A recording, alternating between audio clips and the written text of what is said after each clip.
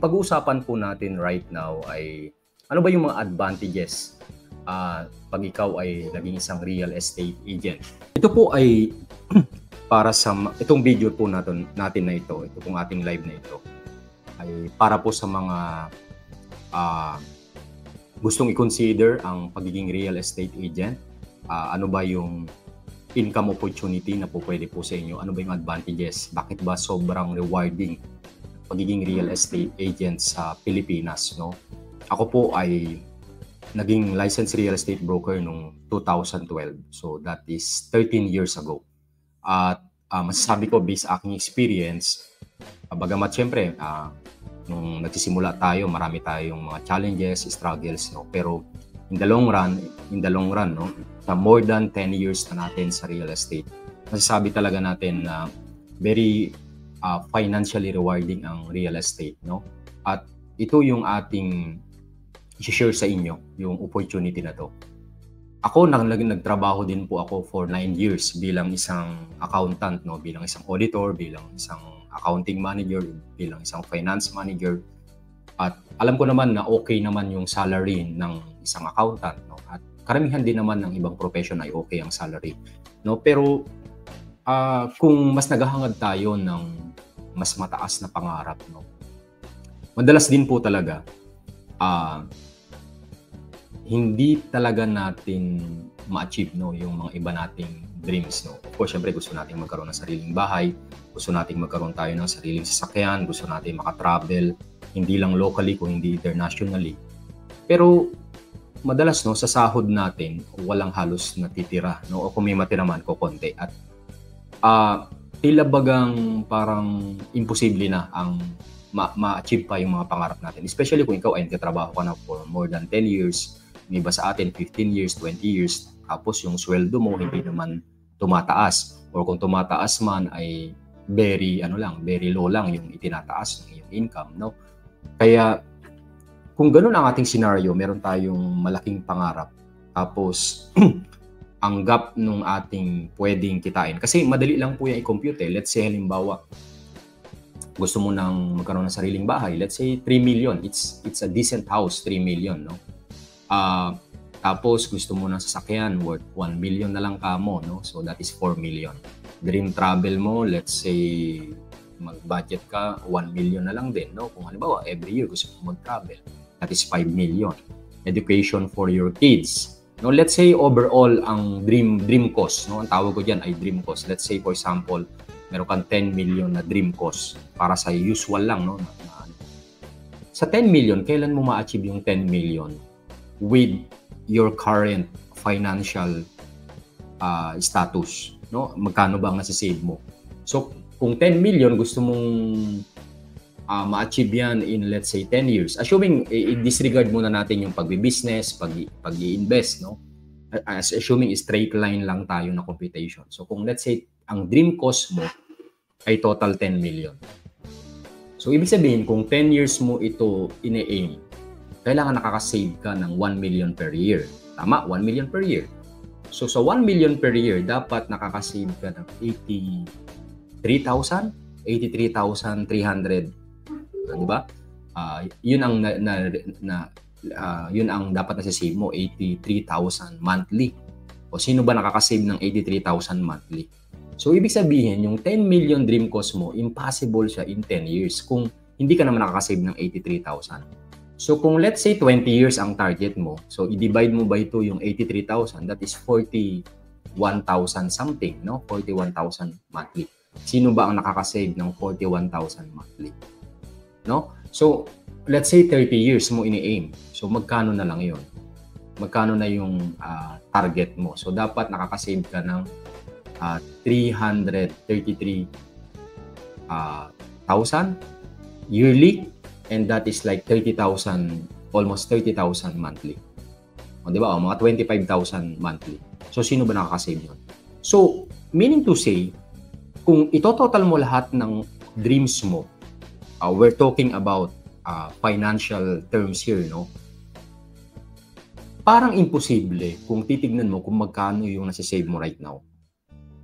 No, so what do I mean by this, no? Ang ibig kong sabihin dito ay kung magkakaroon ka muna ng self-awareness, no? Kasi sa natutunan ko din, no, sa Secrets of the Millionaire Mind, no, na awareness is the first step to change. Awareness is the first step to change. So, ano bang ibig kong sabihin dito?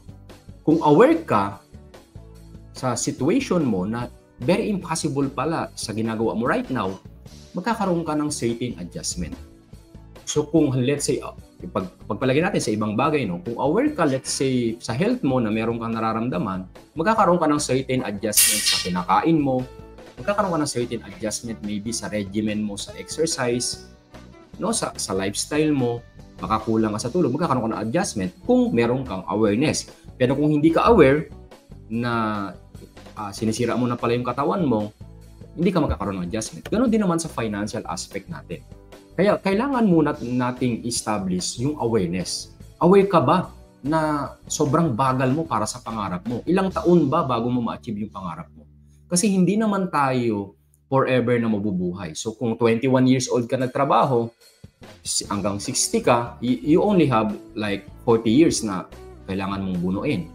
No? Ngayon, sa pagtatrabaho mo na yan, magkano ba ang nasisave mo yearly? So kung ipo-project mo yung working years mo at masisave mo, magkano ba yung masisave mo the entire 40 years? At kaya mong kitain at kaya mong isave. At majority of our population, working population, hindi tayo aware na hindi naman tayo papalapit sa mga pangarap natin.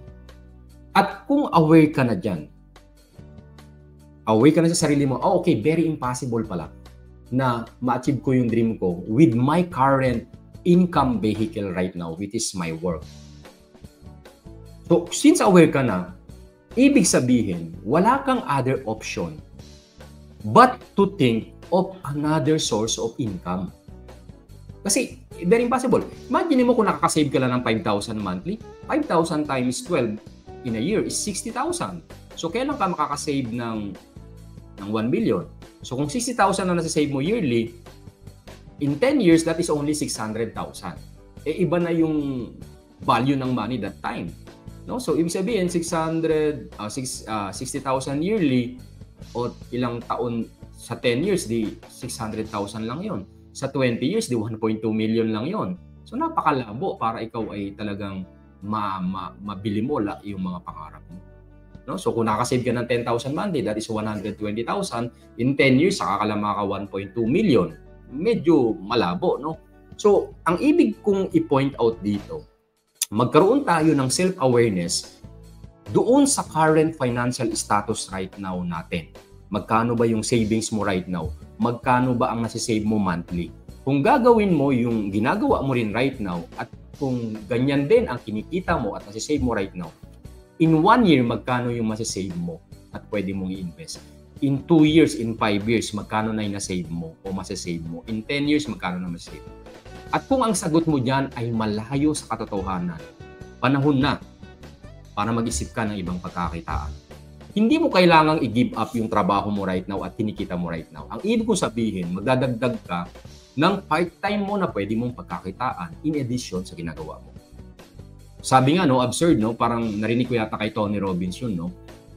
Kung ikaw nagtatrabaho, tapos kulang na kulang ang income mo, tapos pag uwi mo sa bahay, may panahon ka para manood ng TV at yun ang ginagawa mo during your day off, yung mga bagay na gano'n, na hindi naman nakaka-contribute sa pagdagdag ng income mo, that is really absurd kung titignan mo. Tapos gusto mong mangarap, no, ma-achieve yung pangarap mo. Diba? Kaya suntok sa buwan kapag ka gano'n. Kaya wala talaga tayong option kung hindi mag-sacrifice. Kaya gaya nga na sinasabi ko, pay the price of success in advance. Nagtatrabaho ka Monday to Friday, hindi sapat yung kinikita mo, Sabado, Linggo, talagang ano mo yan. Talagang bubunuin mo dapat yan. Meron kang ginagawa na pagkakitaan yan. No? So, yun yung talagang dapat nating gawin. No? At the moment na-realize mo na suntok sa buwan na ma-achieve ko yung pangarap ko with my current income vehicle right now, regardless kung work man yan, kung job man yan, or other source of income, you will really decide na, oo, panahon na pala para ako ay magsakripisyo at maghanap ako ng iba pang pagkakitaan in addition sa ginagawa ko rin. At ngayon, ang isi-share ko sa inyo, dahil na-brief ko na kayo regarding sa self-awareness ng inyong financial status, ay ano ba yung advantages? Kasi marami kayong pwedeng subukan. Mag-networking, direct selling, mag-insurance, mag-traditional business. Pero ang isi-share ko right now sa inyo ay pagdating sa pagiging real estate agent, ano ba yung advantage nito? No, kasi ako, nasubukan ko mag-networking, mag-direct selling, mag-insurance at one point, at matagal sa traditional business, name it, bigasan, damitan, bukuhan, no? And even yung mga buy and sell ng charcoal, ng uling, no? Dati nag-ganon ako ng truck pa yun, galing sa probinsya. So nasubukan ko halos lahat ng aspeto ng pwedeng pagkakitaan. At real estate sa akin, sa loob ng 13 years, ang nakitaan ko ng pinaka-best opportunity na pwede kang kumita ng mas malaki with lesser risk and with lesser cost. At samahan nyo ko right now para i-discuss ano ba yung mga advantages ng pagiging real estate agent. Okay, wait lang at share ko lang ang aking screen. So bakit sobrang rewarding? Number 1, big opportunity in real estate. Huge housing demand. Pwede nyo i-search yan, no? Although, syempre, nakikita nyo, oversupply ang condo. It's not actually oversupply, no? Kung titingnan natin, overpriced na. Saka, sa high-end yon, sa mid-cost and high-end.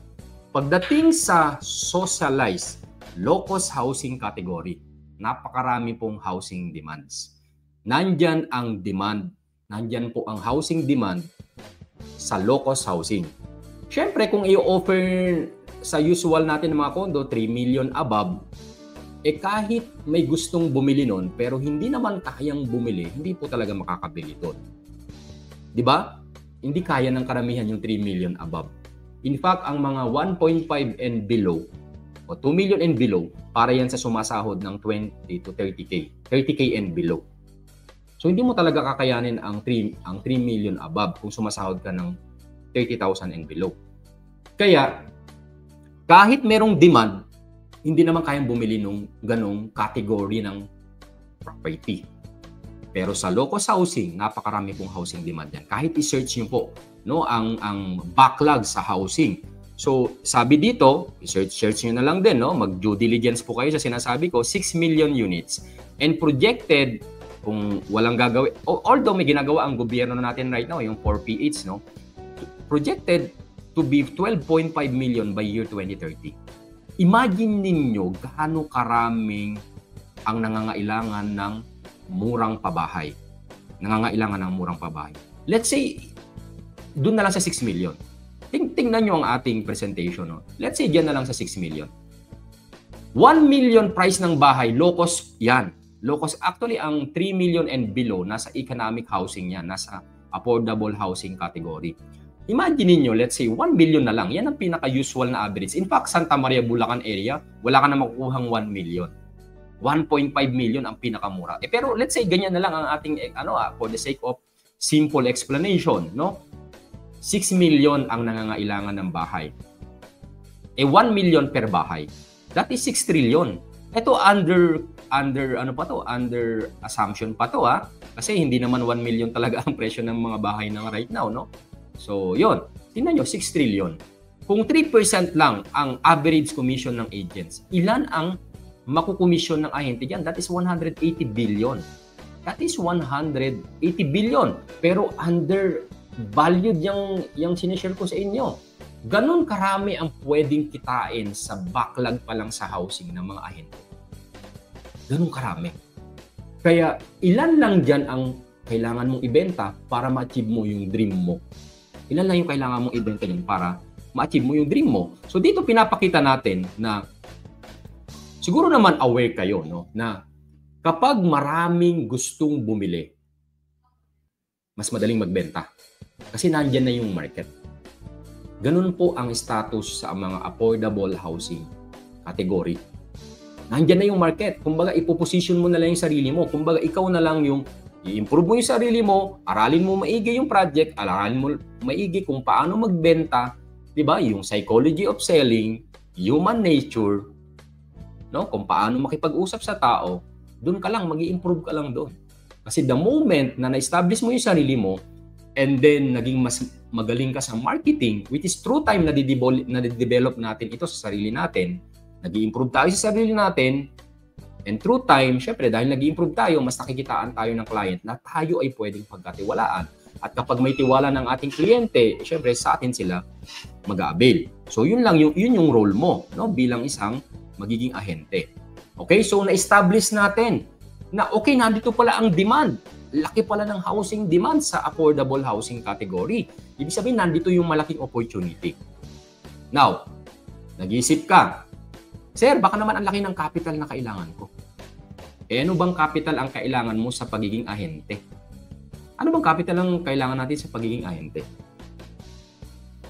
Unang-una, siyempre kung ikaw ay magiging ahente, magjo-join ka sa isang realty group o broker, hanap ka ng broker, na usually ang broker merong realty yan. Now, hindi lahat ng realty pare-pareho. May malalaking realty, may maliliit na realty. Siyempre, karamihan maliliit na realty. Sa maliliit na realty, siyempre, kung nagsisimula pa lang yung broker mo, maybe wala pa yung sasakyan, maybe wala pa yung typical na office, sa bahay lang yan. Kagaya po namin, ako matagal din ako sa bahay, no? Yun ang office namin, sa ground floor ng bahay namin, no? Pero, siyempre, ang broker mo ang may sagot ng office, ang broker mo ang may sagot ng tripping vehicle. Di ba, pagka may mga meeting yan, siyempre, papakainin ka pa, ganyan-ganyan. So, ano na lang ang role mo bilang ahente? Bilang ahente, ayun, siyempre, kung pupunta ka sa office ninyo, pupunta ka sa mga developer, yun, pamasahe mo. Internet, okay lang mo internet. Eh, kahit di ka naman ahente, nag-i-internet ka, di ba? O kahit di ka naman ahente, naglo-load ka. Kahit di ka naman ahente, kumakain ka. So, meaning to say, yung ginagastos mo right now is halos ganun lang din ang gagastusin mo bilang isang ahente. Lalo sa amin, sa RCT Realty right now, kami na realty. Ako bilang isang head broker, ako yung nag-invest na through time. Kagaya ngayon, meron kaming bagong office o para to sa mga ahente namin. Meron kaming mga service, no, tripping vehicle, para sa mga ahente namin yon. So, hindi naman ikaw bilang isang ahente ang bumili noon. Hindi naman ikaw yung nag-invest sa office para sa ano na yon, scenario na yon. Kagaya sa amin dito, magkano ang office namin right now na bago? Medyo mas mataas na siya compared sa dati na wala, no? Pinaganda namin yung office namin. Malaki-laki din ang investment natin dito. Diba? So, ikaw bilang isang ahente, wala kang gagastusin para doon. Kasi ginagastusan ng broker mo yon o realty mo yon.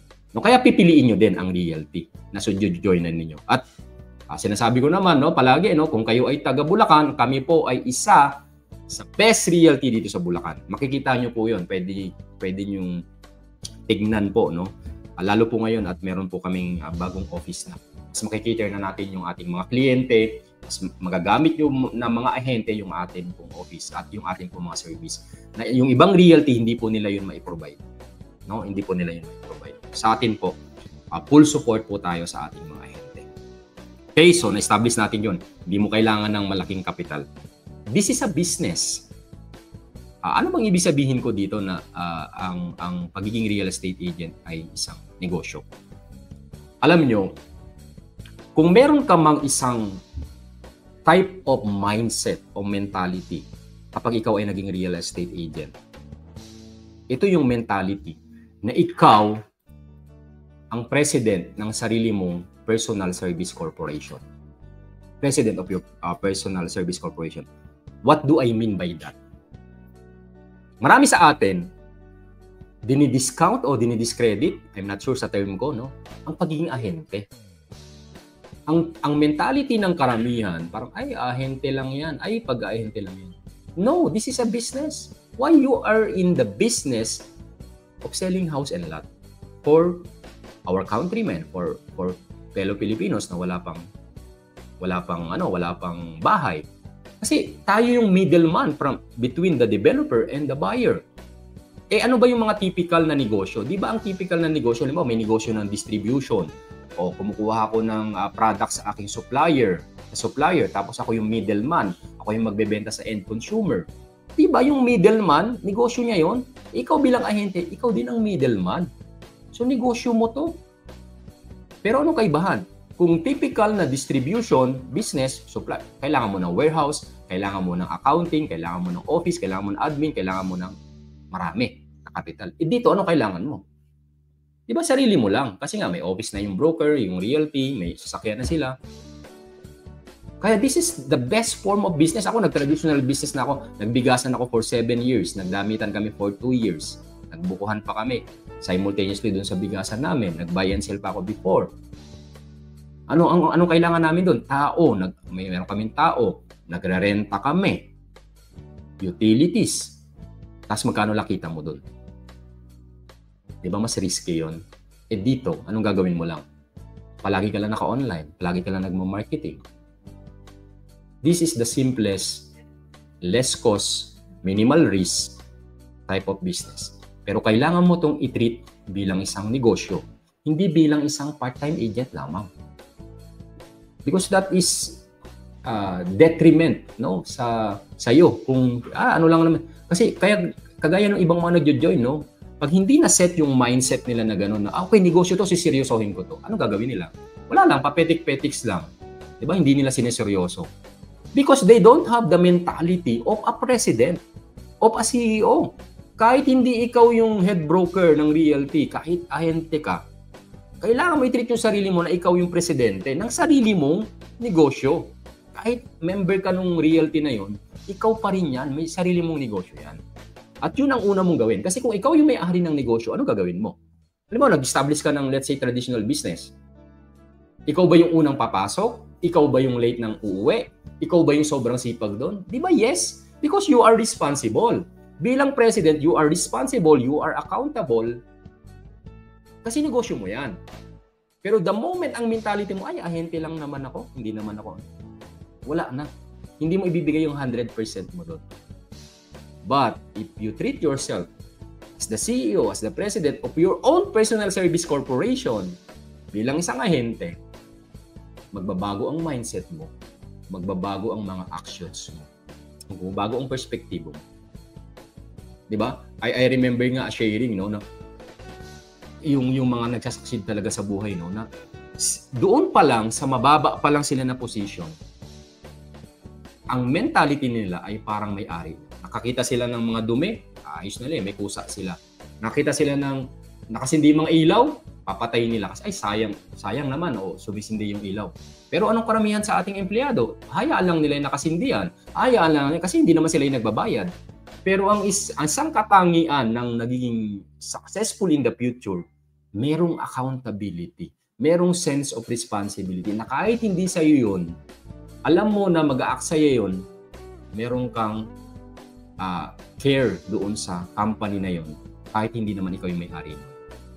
At the moment nagkaroon ka na ng sarili mong negosyo, ma-adapt mo yun. Diba? So yun ang quality. So i-treat nyo yung sarili nyo bilang kayo yung president ng sarili nyong personal service corporation. So pang-apat, unlimited potential income. May ceiling ba kapag ikaw ay ahente? May ceiling ba ang pwede mong kitain kapag ikaw ay nagtatrabaho? Yes, kung ikaw ay 30,000 monthly, hanggang 30,000 monthly ka. Usually kapag manager, supervisor o managerial position ka na, naka-fix na yung salary mo. Kahit mag-overtime ka dyan, yun yung fixed salary mo. O yung mga rank and file, syempre merong mga overtime yon.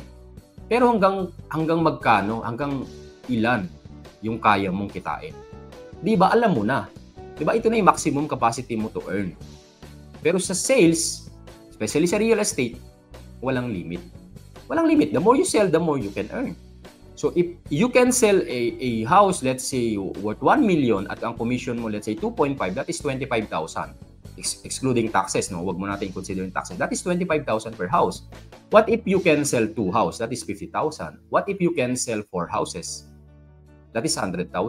What if you can sell 8 houses? 200,000. What if you can sell 10, 20 houses in a month? Meron bang ganon? Yes. May mga ganong ahente. Minsan, sa isang buwan, sinuwerte sila dun sa ganong scenario because they work hard for it. No, what if kung ang nabenta mong bahay tagto 2 million, tagto 3 million, ilang units lang yun? Ilan yung kikitain mo doon? So, mas mabilis ang pag-asenso sa real estate kung mas marami kang mabibenta. Pero syempre, kung mas marami kang mabibenta, kung gumaling ka na. Gagaling ka kung syempre, ikaw ay everyday nag-aaral, everyday nag-e-effort ka na para matuto, di ba? So, ganun ang mangyayari sa'yo sa real estate. At ang kainaman, syempre, hindi mo kailangan na sobrang highly educated ka. Kahit anong profession mo. Of course, syempre, meron tayong qualification sa real estate na dapat at least 2 years college. Pero what do I mean? Engineer ka man, accountant ka man, teacher ka man, this is really an equal level playing field ang real estate. Hindi po dito determining factor kung ano man yung profession mo. It is your commitment, it's your ability, no? Yung commitment mo to continuous learning na pwede kang pagkatiwalaan, at yung consistency mo sa real estate, at yung ability mo to control yourself, to manage your emotion, yung mga yun yung mga combination of factors na magde-determine para mag-succeed ka dito sa real estate. Time freedom. Ano bang ibig sabihin ko ng time freedom? Sir, ganda pala sa real estate, magkakaroon ako ng time freedom. Meron kang choice, kung halimbawa full-time ka na mag-work based on your pace. Pero hindi ko po sinasabi na sa simula, meron ka ng time freedom. Ang time freedom, ini-earn yan. Ang time freedom, eventually, ini-earn yan. Sa simula, kasi yung mentality na, pag nag-business ako, magkakaroon ako ng time freedom. Actually, kapag nag-negosyo po kayo, magpo-put up kayo ng maraming time, maraming work, hanggang sa dumating yung time na nakamomentum na kayo at doon lang eventually. Maybe 5 years time, maybe 10 years time. Kaya mo bang mag-commit sa panahon, sa ganun kahaba na panahon? Meron kang option na magtrabaho based on your pacing. Maybe yan yung consideration mo ng time freedom. Pero kung ang sinasabi nating time freedom ay hindi mo na kailangan mag-work at marami kang time sa iba-ibang bagay because you're financially free, sa simula hindi pa yun mangyayari. So in fact, sa simula, make the best out of it. Kung kaya mo mag-work ng 14 hours, 12 hours, 14 hours, no? So ganun ang sacrifice na kailangan mong gawin. Pero eventually, magkakaroon ka ng time freedom. Pero kahit sinisimula mo na yun lang ang kagandahan. Sinasabi kong time freedom. Meron kang pacing na you get to spend more time with your family, especially kung full-time ka. Let's say ikaw ay ahente, nasa bahay ka, nag-set up ka dyan ng computer. So, pwede mong sunduin yung anak mo, pwede mong ihatid yung anak mo. Ako I'm saying, based on my experience, so yun ang sinasabi ko dito, yung time flexibility mo sa simula, kaya mo nang gawin. Unlike, siyempre, kung tatrabaho ka, pwede mo bang ihatid yung anak mo, pwede mo bang sunduin yung anak mo? Of course not, no? Pag may mga mahalagang event, makakapunta ka ba? Of course not, dahil kailangan mo mag-leave. Pero dito sa real estate, pwede mong skip mo na yung mga gawain mo for your family. No, kasi meron ka lang naman cellphone, may internet ka, kahit nandun ka sa event ng family mo, pwede mong gawin yung negosyo. Yun po ang kagandahan ng real estate. Pero kung usual na nagtrabaho tayo, kailangan talaga natin pumasok sa office natin. Awards and recognition. Yung iba, maybe you are motivated by awards and recognition. May mga ganyan tao, no? Of course, siyempre, sino ba ang hindi gusto ng awards? Sino ba ang hindi gusto ng recognition? Sino ba ang hindi gusto na makatravel locally? Sino ba ang ayaw na mag-travel internationally? Diba? So, lahat tayo gusto natin yan. In fact, ako, I'm very thankful, no, sa isa sa mga housing developer na hawak natin, ang Apex Homes, na ako, by the age of 39, before I turned 40, naka-travel na ako finally sa ibang bansa. No? Last year, Taiwan, then sinundan agad ng Sydney, Australia, then ngayong taon, Hokkaido, Japan. No? Because of the career in real estate, no, na naka-travel tayo. Hindi ko naman sinasabi na bakit hindi ka nag-travel, sir, no, mga dati-dati ba? Alam nyo, bukod sa pagiging Ilocano ko, no, hindi naman sa kuripot, no, anong sense kung makatravel ako mag-isa lang? Di ba maganda na makatravel ka kasama ang pamilya? Sa travel namin, syempre, kami ng wife ko, kasama yung hipag ko, kasama yung isa naming agent, no? So, mas fulfilling. Of course, syempre, free yun. No? What do I mean is, mas gugustuhin ko na mag-travel kung, halimbawa, kahit ako magbabayad, kung may kasamang pamilya.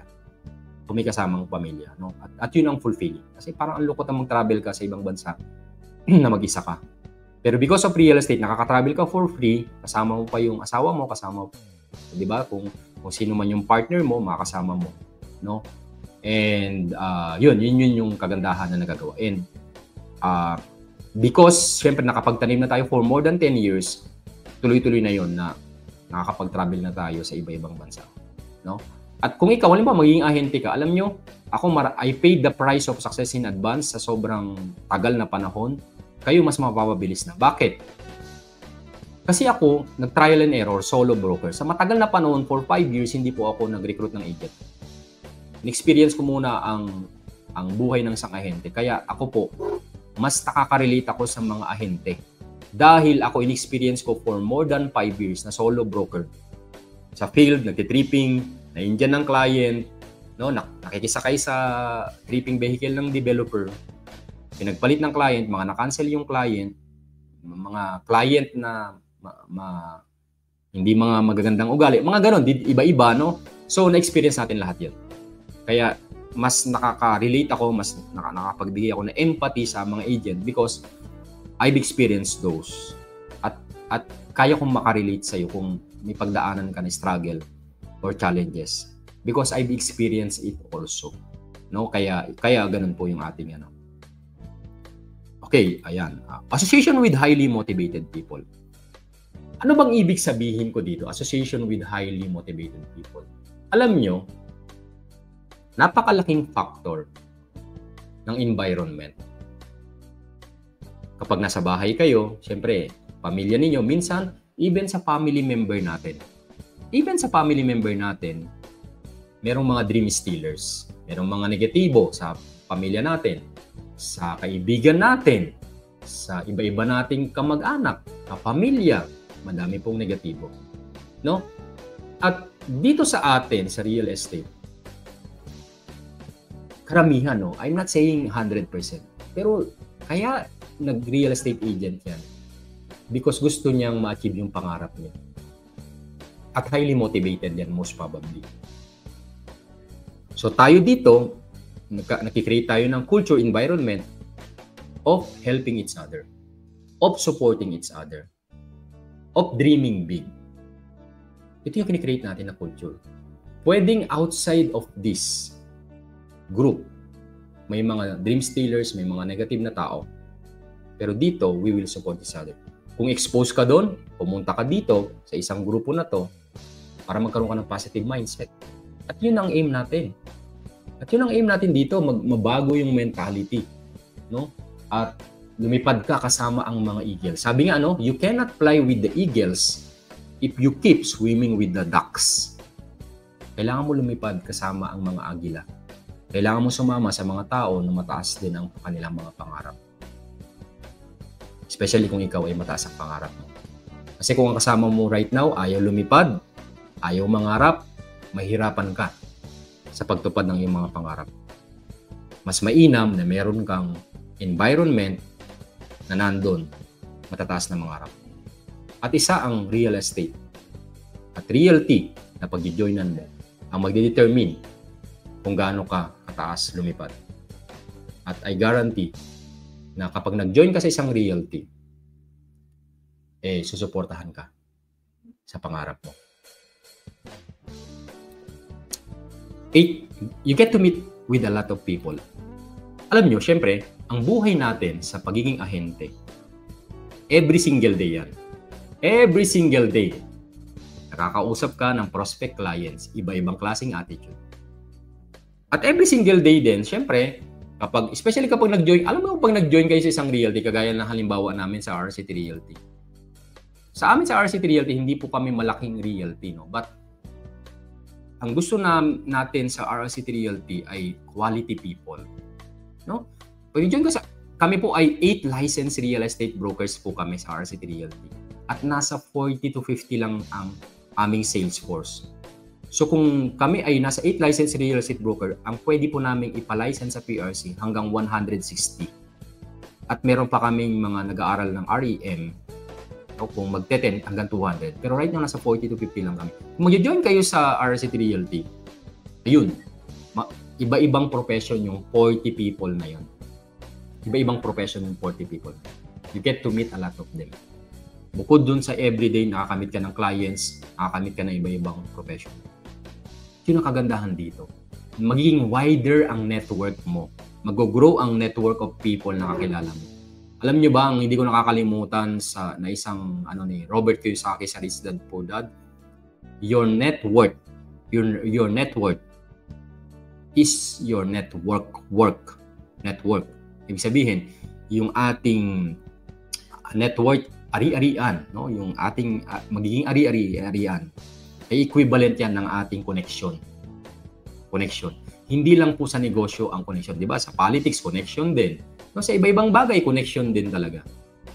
Kaya, the more na mas nakakilala ka ng iba-ibang tao na makakontribute, maybe makakapag-add sa skills mo, makakapag-add sa mentality mo, yun ang purpose ng connection.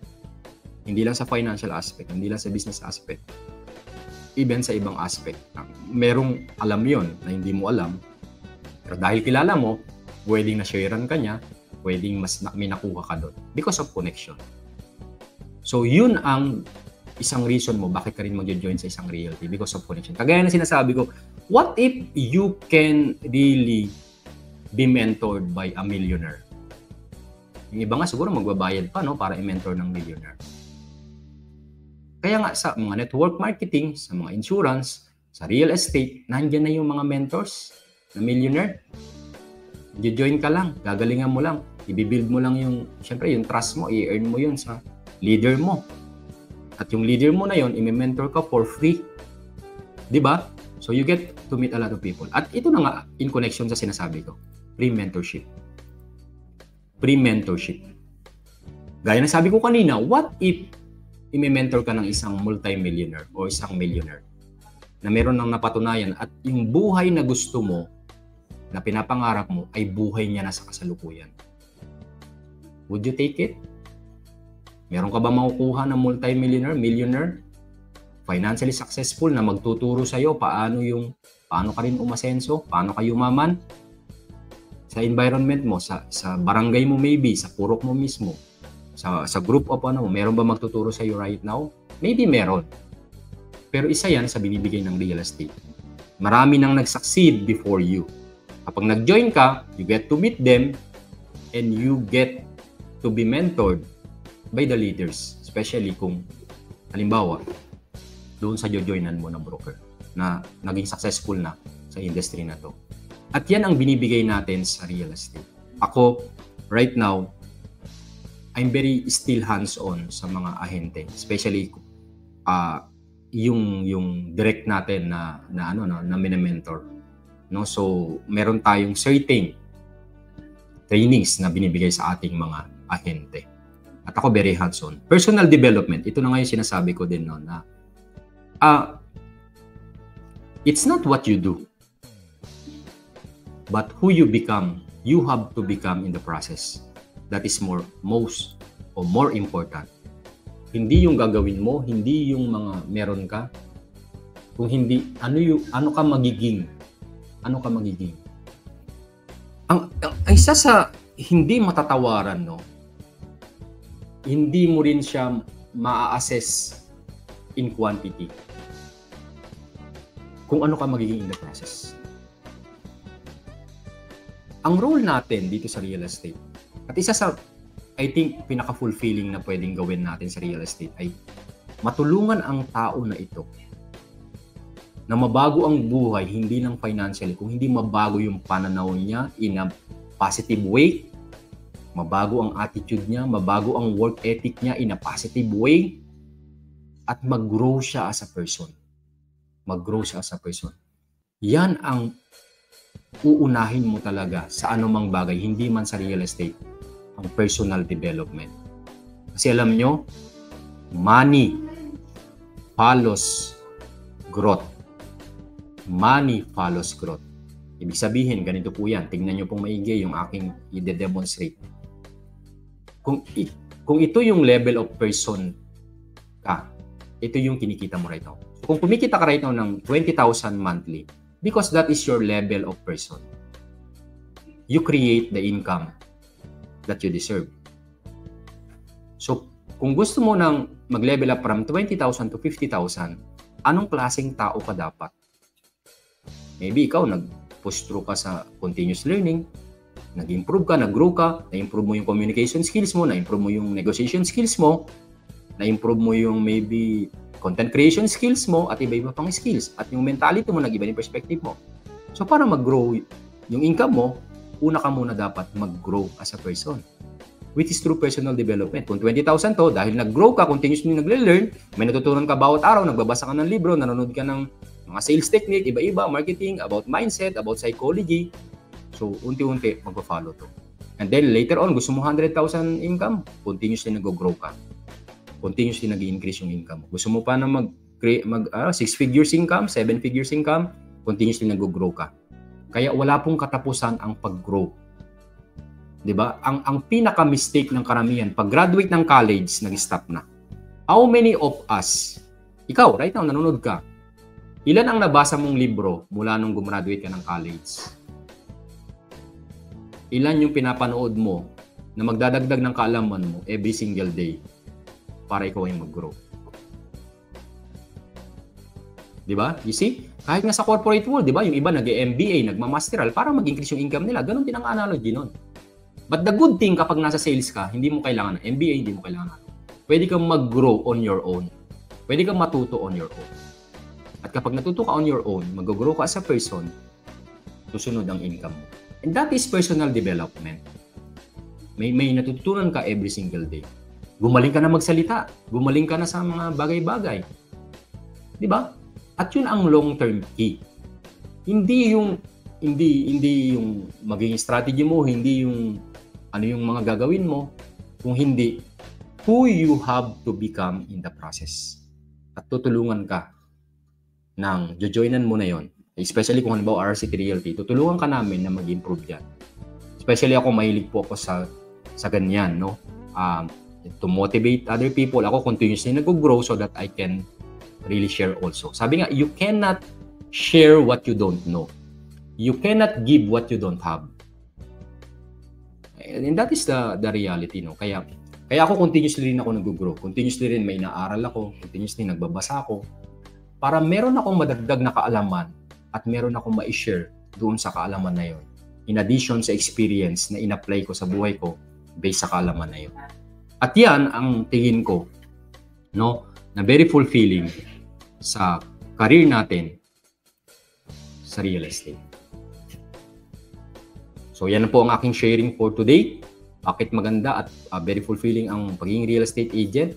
At kung nakikita mo yung sarili mo, naging self-aware ka na sa financial status mo, at nakapag-decide ka na, oo nga no, tama yung sinasabi ni RRCT, na hindi ko ma-achieve o suntok sa buwan ang pangarap ko based sa kinikita ko right now. Kailangan ko ng mag-part-time income at hindi ko kailangan ng traditional business or iba pa man. Maganda pala ang pagiging real estate agent. Message mo ako at tutulungan kitang magtagumpay sa real estate. Na ma-achieve mo rin ang mga pangarap mo. At tayo ay concentrated kung paano ka gagaling. Hindi yung mabebenta mo kasi byproduct na lang yun. Hindi yung kikitain mo, byproduct na lang yun. Hindi yung bahay or kotse na mabibili mo, byproduct lang yung mga yun. But kung hindi ikaw, kung paano ka mag-i-improve. Tayo sa RRCT Realty, mas concentrated tayo kung paano ka magiging magaling, kung paano ka magiging better person. Kung dati very negative person ka, it's okay to join RRCT Realty para maging positive person ka. No? At matutunan mo yung ibang perspective na okay, iba pala ang perspective dapat na meron ako. Tinitignan mo ba yung glass as half empty o tinitignan mo yung glass as half full? Tinitignan mo ba yung speck sa window nyo o tinitignan mo yung sunshine outside your window? Are you the type of person that sees opportunity in every problem? Or are you the type of person that sees problem even if there's an opportunity? Marami sa atin, meron na, nandiyan na yung oportunidad, pero ang nakikita mo pa rin ay problema sa buhay mo. Sir, kasi hindi mo na ako makakadyon yan kasi sobrang busy ko, kasi sobrang dami ko pang inasikaso. Hindi ba dapat yung excuse mo na yan ang maging reason mo? Wala kang masyadong time? Eh, anong gagawin mo? Kaya ka nga walang masyadong time dahil hindi ka financially free o wala kang time freedom. Kaya nga mas gagawin mo dapat to kung sobrang busy ka. Ibig sabihin wala kang time freedom. Walang-wala ka, kaya nga gagawin mo dapat to. Yung excuse mo, bakit hindi mo to gagawin, yun dapat ang maging reason mo din kung bakit mo ito gagawin. So message nyo ko, if at least 2 years college ka, pwede ka na maging real estate agent. Kung gusto mong maging part ng RCT Realty, message mo ko sa video na to at tutulungan ka namin umunlad sa real estate. Maraming salamat at God bless.